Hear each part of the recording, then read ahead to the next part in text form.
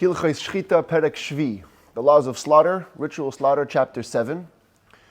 In this section of Hilchos Shechitah, the Rambam is listing all of the treifas. Treifa means an animal that's mortally wounded. It's not going to last for 12 months. Once an animal becomes in that state, even if you slaughter it, it doesn't help. It becomes essentially unkosher. And from chapter 5 through chapter 10, so you have to either know about it in its lifetime or you check it afterwards. And if you see one of those wounds, then it becomes invalidated retroactively. We're going to see later that you don't have to assume that an animal is wounded unless you know or have a reason to suspect. But there are 70 specific wounds that if they happen to an animal, it's considered treif. And the Rambam divides the 70 wounds into 8 different categories. The first one is if an animal is pounced upon, that we had in chapter 5. And the second one is if an animal is punctured in 11 specific limbs. 10 of them we learned yesterday. Today we're spending the entire chapter on the puncture of the lungs, because the lungs are super complicated, they have a lot of laws, and so we're going to be dealing with just the lungs for this whole parak. And I was very much aided by the pictures in the Art Scroll Gemara of Chulin, so my thanks is given to them in advance. So whether or not they live a year, once they have such a wound, they don't have the capacity to live for a year. The sages knew. they do. And the Rambam is going to tell us later that even if nowadays medicine advances to a point where we could allow them to live for a year, it doesn't matter. Whatever wound the sages said are treif. And on the other hand, even if we discover new wounds that nowadays an animal can't live from, even if in those days they could, we also, it's 70 and that's what it is. So for the lungs, you know what, we'll take a look at this picture in more detail in a second. Let's begin with something that's not in this picture. The Rambam says, Halacha Aleph, Shnei Krumos Yesh Al Hareya. There are 2 membranes surrounding the lungs, encasing the lungs.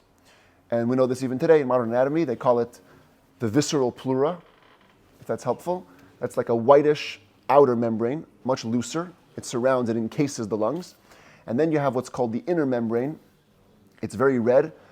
In some anatomical studies, they don't even consider it to be a membrane because it's so much intertwined with the lung. It's super difficult to separate it from the lung. It's very reddish, and it's really stuck to the lung. But for the purposes of halacha, we do identify these 2 separate membranes, the inner membrane and the outer one. Says the Rambam, Im nikav ze beloy ze muteres. If either membrane got a puncture, but the other one did not, so there's a puncture only on the outer one, but not on the inner one, or on the inner one, but not on the outer one, the animal is permitted. V'im nikvu shneyen treifa. If they both got a hole, then the animal is treif. Now the Rambam doesn't say if the 2 holes have to be corresponding to one another. For example, the other day we're talking about the esophagus, also has 2 layers. There the Rambam says it doesn't have to be one opposite the other. Yesterday we had another case of holes when it came to the bird, on the gizzard. It also has 2 layers. There the Rambam also didn't say, he also said that if they were not opposite each other, then it's permitted. Here he doesn't say what the law is if they're opposite or not opposite each other, and that's an argument in the Shulchan Aruch between the Bet Yosef and the Ramah. The Bet Yosef says it's okay, the Ramah says not okay. But definitely if they both got a hole corresponding, on both layers corresponding to each other, it's for sure a treifa. Afilu niglad hakrum ha'elyon kulei v'halachlei. Even if the top layer, the whitish membrane, completely was peeled off, and all you're left was with a reddish lung because of the inner membrane, muteres, the animal is still permitted. If the trachea, the windpipe itself, got a hole anywhere after where the chest begins, treifa, the animal is also treif. The Rambam includes the laws of the trachea with the lungs because they're both the breathing apparatus of the animal. It's the place that's not fitting for shechita. Remember this diagram? It just basically gives you the picture of the 2 pipes. Here's the windpipe on the bottom, and the food pipe is higher up. The food pipe can be slaughtered anywhere from here all the way till where the food pipe enters the stomach. But with the windpipe, you have a little bit less of a space. It's from here all the way till where the windpipe meets the chest. So if the trachea got a hole at any point lower than where it's allowed to be slaughtered, the tiniest hole disqualifies it. In the area where it's allowed to be slaughtered, we saw before, even up to halfway, it can be severed up to halfway, it's okay. But once you pass that point, even the smallest hole has a detrimental effect, a fatal effect, and makes the entire animal treif. Halacha beis hischil bashchita v'shachat kol hakana. If somebody began to slaughter an animal, and he slaughtered the entire windpipe, which for an animal is not enough, you have to have the majority of both pipes for it to be considered a good shechita. So he only severed the windpipe. And then somehow in the process of the shechita, the lungs got a puncture. And then you finished the slaughter. Harezu treifa, the animal is actually treif. Any puncture that it gets after the slaughter is completed is okay. But here, even though you severed the entire windpipe, hoyel v'nikva kaidem gemar shechita, since the lung got punctured before the shechita was completed, it's treif. V'chein kol kayetze b'zeh, anything similar would happen to the animal in which you're in the middle of the shechita and some kind of puncture happens, it does make the animal treif in the moment. Okay, so now let's take a look at the lungs. This is what we call the dorsal side, dorsal view from the top, and this is what we call the ventral view from the underside. The lungs have essentially two parts in halacha. Even in modern anatomy, they call it also. You have the bottom part, the two big lobes. They're called the caudal lobes. In halacha, they're called an om, like a mother, because they're the major lobes. And then on top, you have what's called the cranial lobes, smaller pockets of the lungs. Inside the lungs aren't just lung tissue that are just pockets. They have inside what's called the bronchial tubes. This is a cutaway view of the lungs. You can see how it splits off into many little branches, and that's also what causes the lungs to inflate, and the air goes through these bronchial tubes as well. So the Rambam says, we're going to first discuss the tubes. If one of the bronchial tubes in the lung gets a hole, even if the puncture opened right to another tube. So like in this picture here, they bring the arrow down, and you can see right here where the bronchial tubes branch off. This one goes to the left, that one goes to the right. Let's say I got a puncture right there, in which essentially the one tube is sealing off the other tube. Says the Rambam treifa. It's still treif. Now, in Hebrew, when you say afilu, even, that means there's an implied obvious case. Even if it got a hole to the other tube, it's treif. Even meaning, and how much more so, the simple meaning is, how much more so if it opens straight to the tissue of the lung. The problem is that in the Gemara it says clearly that if a bronchial tube gets a hole and it opens to the lung tissue, it's actually kosher. It seems like in the Gemara that it's only if it opens to another tube, that's where it's treif. So why does the Rambam say afilu nikav lachavera? So the commentaries debate this at length. One commentary says, based on what we're going to soon say in this chapter, that if the entire tissue of the lung becomes watery, it melts.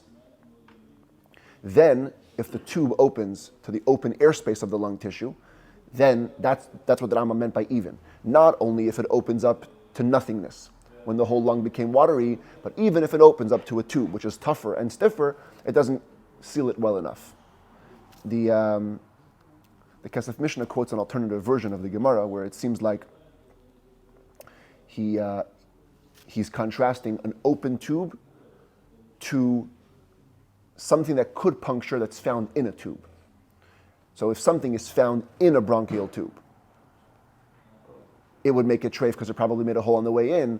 Not only that, even if it made a hole to the other tube where you would think that the tubes would protect each other, still it's considered treif. The bottom line, though, there's another argument here between the Shulchan Aruch and the Ramah as to whether if a hole opens directly to lung tissue, if it's kosher or not. Shulchan Aruch says it's kosher, and the Ramah says again that it's treif. Just an interesting point on the Rambam here. Now, v'reya shenikva, says the Rambam, if a lung gets a hole, v'ola krum b'makav v'nistam hanekev, and a scab gets created around the wound, and the scab seals the hole, einay klum, it's nothing. Once the lung has a hole, no scab can heal it. Nikva ha'oim shal reya, says the Rambam, if the oim, that's the caudal lobes at the bottom, the bigger lobes of the lung, got a hole, afal pisha doifen seisamta, even though it's sealed by the chest wall. If you look in it's kind of a simplified picture, but these are the lungs over here, and the caudal lobes that are lower down, if they get a hole, they're encased by the wall of the chest. And so it would seem like the flesh of the chest should be able to seal off the hole. Says the Rambam treifa. It doesn't matter. It's treif. Once the animal gets a puncture in the main lobes of the lung, you're out. But if it got a hole in the place of the cranial lobes, that means where it begins to be cut into smaller pieces, which is the spot which the animal is mostly leaning on when it crouches on the floor, kshera, then it's kosher. So in other words, a hole in the top part of the lungs is easier to become kosher. It's the narrow, more forward part of the chest. It always remains flush with the chest wall. That's why the chest wall can enclose it well, because it's not going to move apart very easily. Says that when do I say that in the cranial lobes? A puncture is kosher.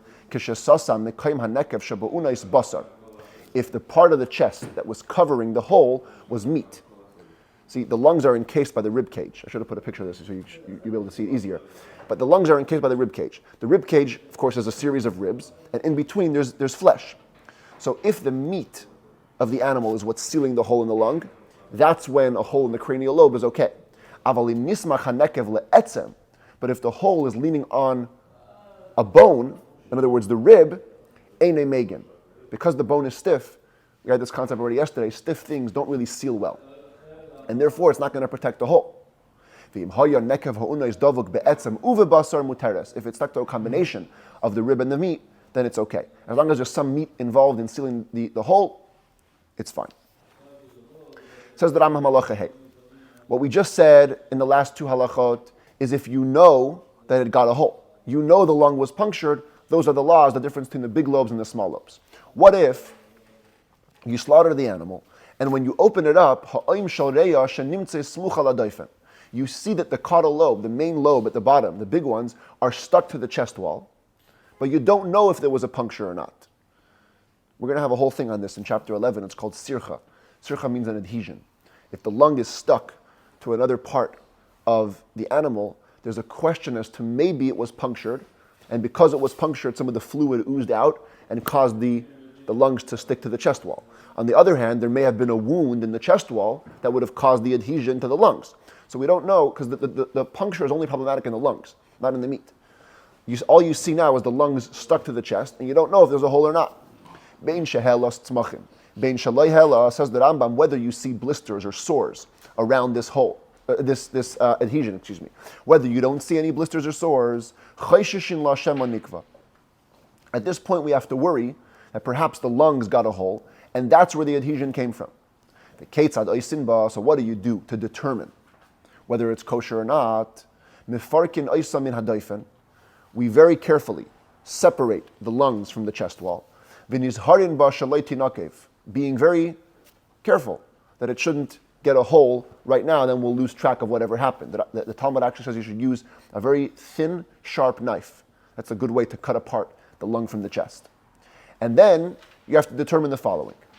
Im nimtseis nekuva. So the Rambam says, even if you find that there's a hole in the lung, v'nimtsa badoifen maka b'makem hanekev, as long as there's a wound opposite the hole on the chest wall, toilin b'maka. We can blame the hole that we see in the lung on the wound that we see on the chest wall. V'oimrim, and we say, achar shchita nikva keshenifreka min hamaka. This puncture that we see right now happened after the shchita, as it was separated from the wound. So in other words, as long as there's a wound, the wound becomes the culprit, and the lung is not considered to have been punctured in the animal's lifetime. If there's no wound in the chest wall, all you have, you're opening this animal, and all you see is a puncture in the lung. That tells you for sure that the hole was in the lung before the slaughter happened. Utreifa, and therefore it's a treifa. Now, both of these cases that the Rambam described is if you end up finding a hole in the lung. What if you don't find the hole, but you still have the sores? The Rambam was saying at the beginning of the halacha, even if there's sores around the area of adhesion. So there's an argument as to whether those sores indicate treifa or not. Some commentators say that as long as there's sores, even if there's no hole, it's treif. Some say as long as there's no hole, even if there's sores, it's still kosher. But the Rambam is talking about a case where you do find the hole, and the question is whether you can blame the hole on the wound or not. Halacha vav. Hareya shenimtza ba makom atum kol shehu. A lung, again after the animal is opened, is discovered to have a clogged area, she'ein haruach nichnesas bay ve'ein yispach, where no air is entering and it won't inflate. Even if you blow the lungs, that particular region doesn't inflate. Says the Rambam, harezu kinekuva utreifa. Clogged is like punctured, the animal is treif. The ketzad boit kinoisai, how can you check this clogged region to see whether it's coming from an actual disease in the lung tissue, which is treif, or maybe there's just some pus that accumulated there? Says the Rambam, koirin hamakim shalei nispach b'shas neficha. We tear open that region which is not inflating when we inflate it. The commentators say you have to be a little careful here. Tearing doesn't mean actually fully opening it. It means just cutting the membrane. Just cutting the membrane of the lungs already allows you to determine what the cause of this clog is. Im nimtzeis bailecha, if upon the tear you discover pus, muteres, then it's permitted. Shemachmas haleicha le'nichnes hasham haruach. It's simply the accumulation of pus that's causing that the air is not going through.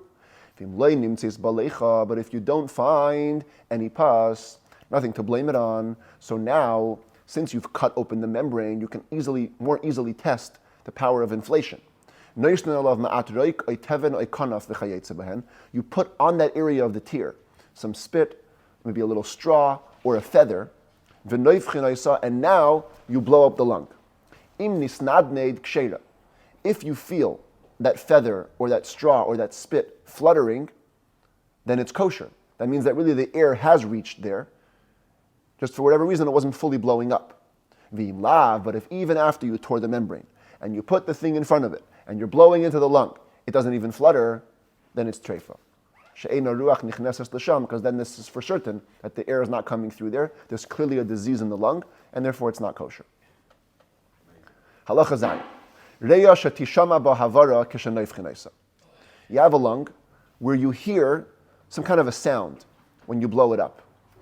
You know how like you blow up a balloon and it sounds like there's some air escaping, perhaps. So you're doing the same thing to the lung. You're blowing it up and you hear a little sound. If you can tell, if you can ascertain where that place is, where the sound is coming from, you do the same test. You put spit or a straw on that place. Here it's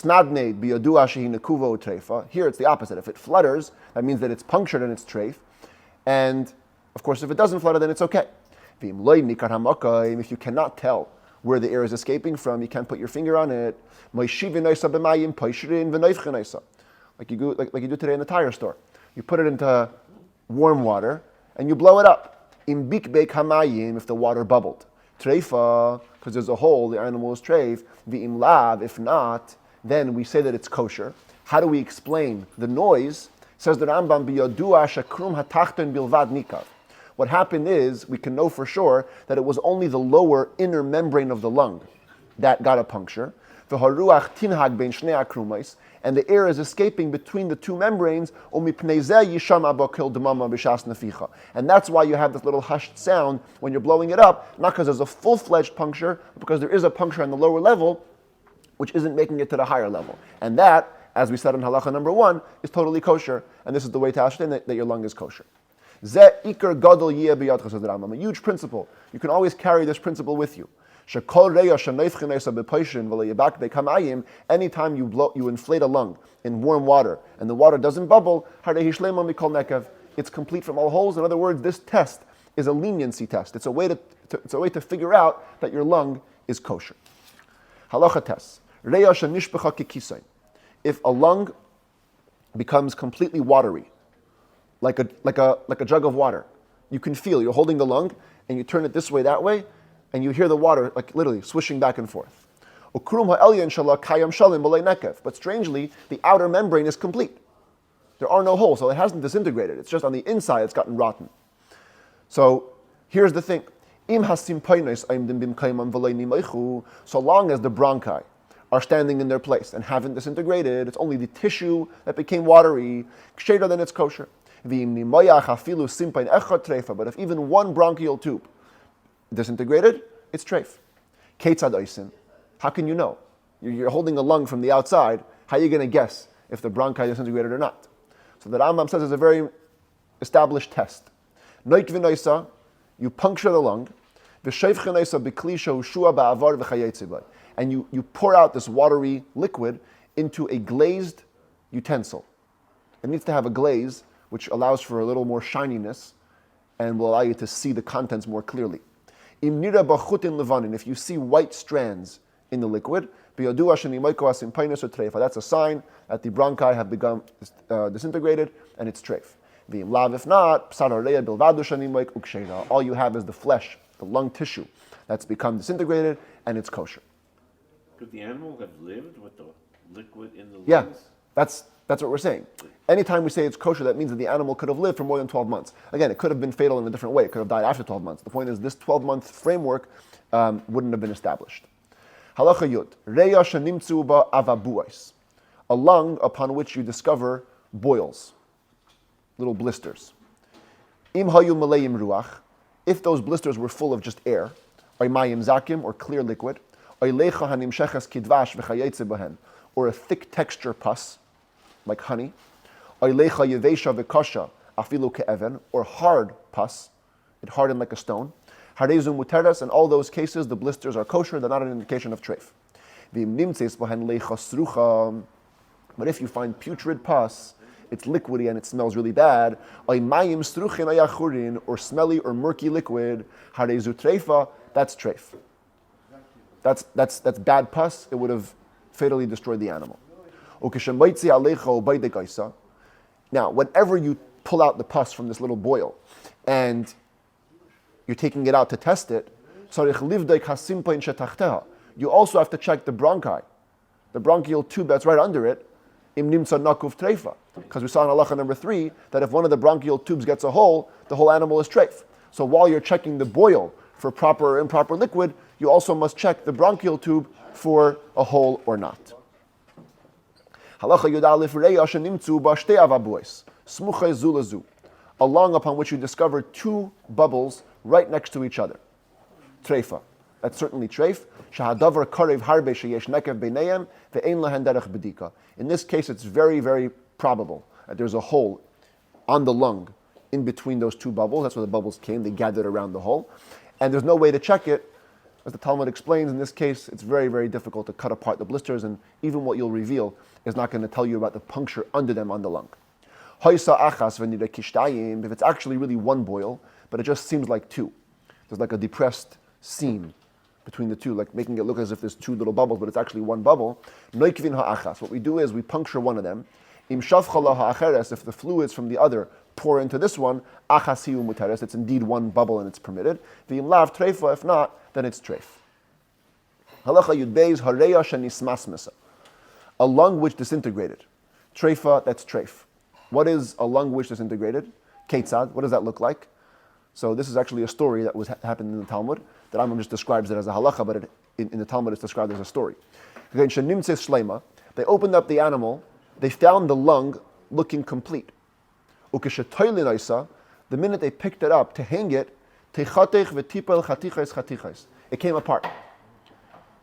If you go on a hike sometimes, you see these massive clods of earth, looks like a stone. The second you pick it up, it crumbles in your hand. You know what I'm saying? Same thing over here with the lungs. It looked like it was 1 big unit. They picked it up, boom, it comes apart. That's treif. If a lung was found to have a hole in a place where butchers' hands normally touch, it's permitted, and we blame it on the butcher's hand. And we say, it got a puncture after the shechitah from the handling of the butcher. If the puncture was found somewhere else, you don't know if the puncture happened before or after the slaughtering. We make another hole, and we compare the holes. As we saw yesterday with the intestines. You make a hole and you compare the 2. If they look the same, they both happened after the slaughtering. If not, then of course the first one happened before the slaughtering and it's treif. Now when you do this comparison,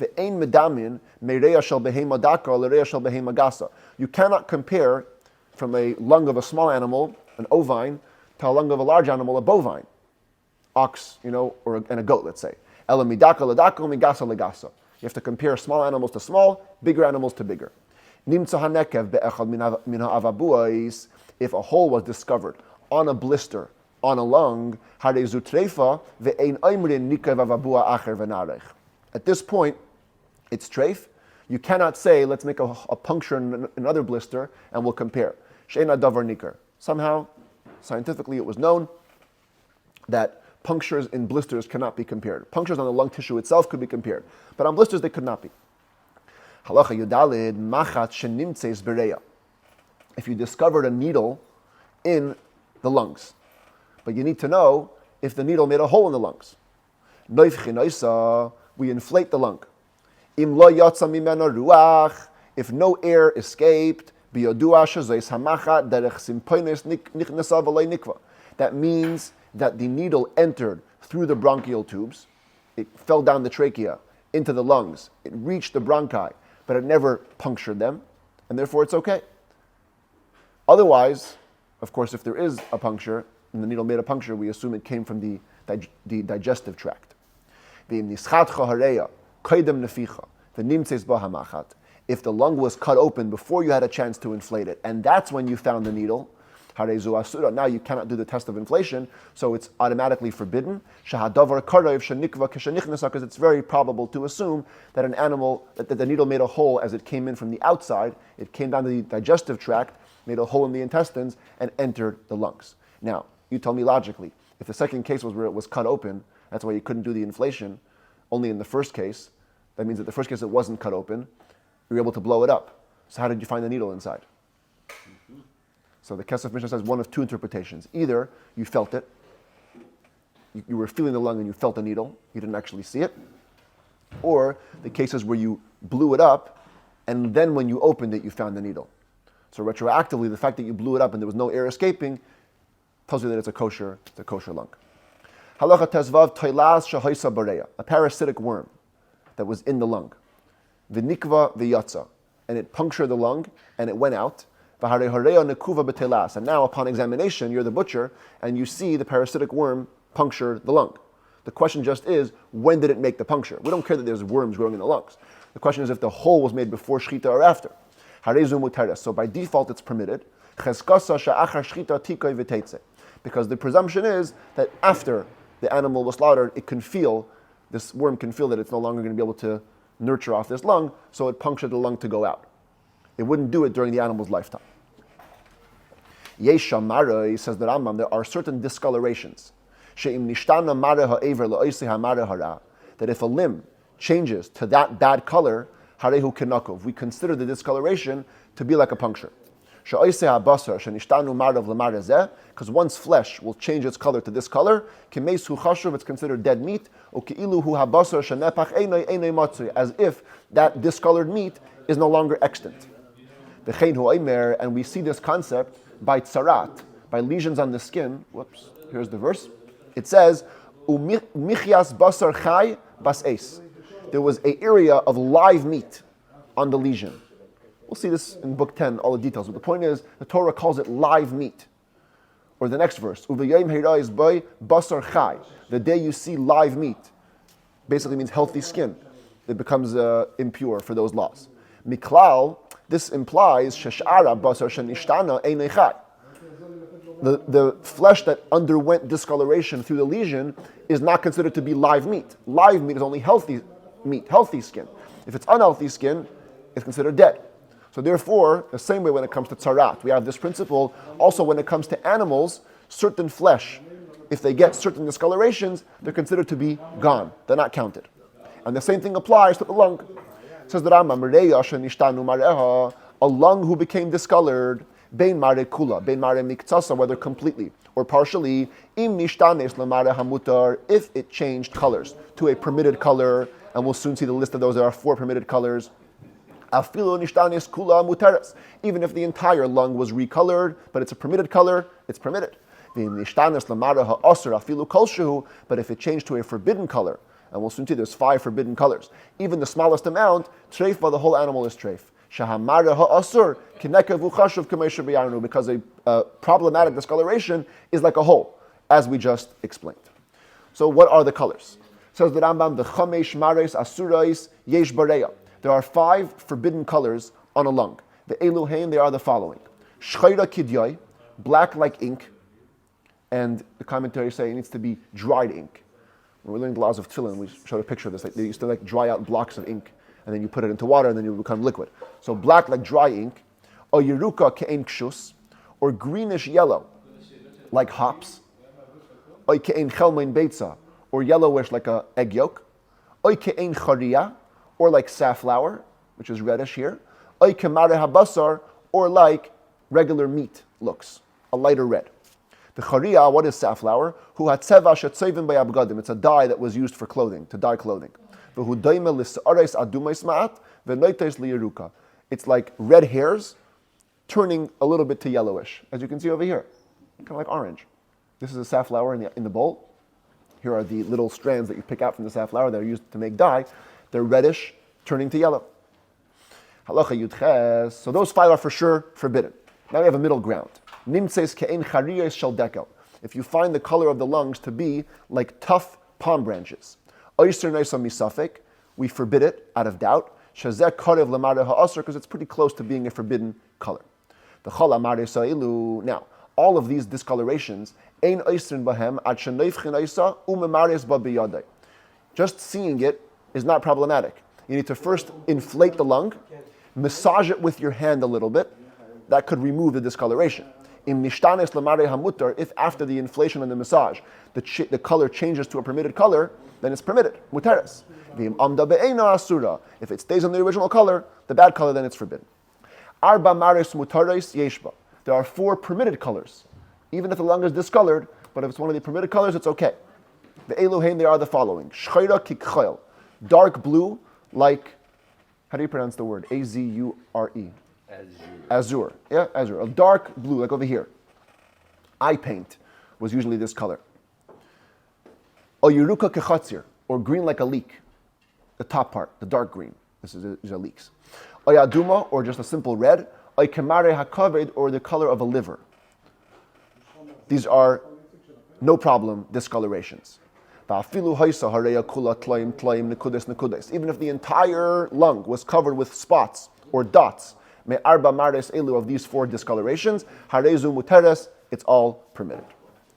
So, till now we've talked about the animal lungs. Now for the last 2 halachot, we'll discuss a bird. Oif shenafa le'ur. You have a bird that falls into a fire, v'hoirik libay oikvedai oikur kevanai, and its heart or its liver or its gizzard becomes greenish. These are more reddish pieces of meat or internal organs. They become greenish because of this falling into the fire. Or its intestines, which are turning more to greenish yellowish, became more reddish through falling in the fire. Harezu treifa, that makes the bird treif. Shekol hayerukim shehedimu, or ha'adumim shehayriku, any greenish things which became reddish, or reddish things which became greenish, machma sa'ur ba'oif, because of fire by a bird, harein kin mishanitlu treifa, they're like as if they're removed, and it's treif. The who, like by the regular lungs, that only is provided sheyamdu b'marezeh achar shashalko eisan ma'at u'memarsin b'hen. They have to retain that color after they're boiled a little bit and massaged. If they retain the color, then they're treif. Says the Rambam, Malacha Chaf Aleph, Kol oif shenimtzeis hakaved shaloi kemare b'nei meyayim. Any bird whose liver is discovered, you don't know that it fell into a fire. You just open up the bird and you see that its liver is the color reddish, like the intestines. Greenish. The liver is red, and it became greenish, like the color of the intestines. You don't know for sure that there was a fire, but you just see the discoloration. And the Kesef Mishnah says, at least it's the thinner end. If you see here, I don't know if you see it so clearly, the liver kind of rests above in the abdominal cavity. Only the thinner end is lower down near the intestines. So we're talking about over the thinner end. The thinner end is discovered to be greenish. Or the intestines change their colors to more reddish. And you boil them and you massage them and they retain their color. This can be a retroactive test. You can know for certain that it fell into a fire, the intestines were burned, and it's treif. Not only that, you have intestines of a bird, you open up the bird, it looks completely natural. Ukeshanishleku nishtanu vehadimu hayerukim vahiriku adum. And you put it in the pot to cook dinner, and now the greenish stuff become reddish, the reddish stuff become greenish. That's a sign that in its lifetime it fell into a fire, its intestines were ruined. It didn't show on the first inspection, but it does show after boiling. Utreifa, and therefore the bird is treif. Same thing with the esophagus, which as discussed has two layers, an outer red layer and an inner white one. So the Rambam says, if you find that it's inverted, the outer layer is white and the inner layer is red, whether in a bird or in an animal, it's as if it doesn't exist, as if it was removed, and therefore the animal or the bird is a treifa.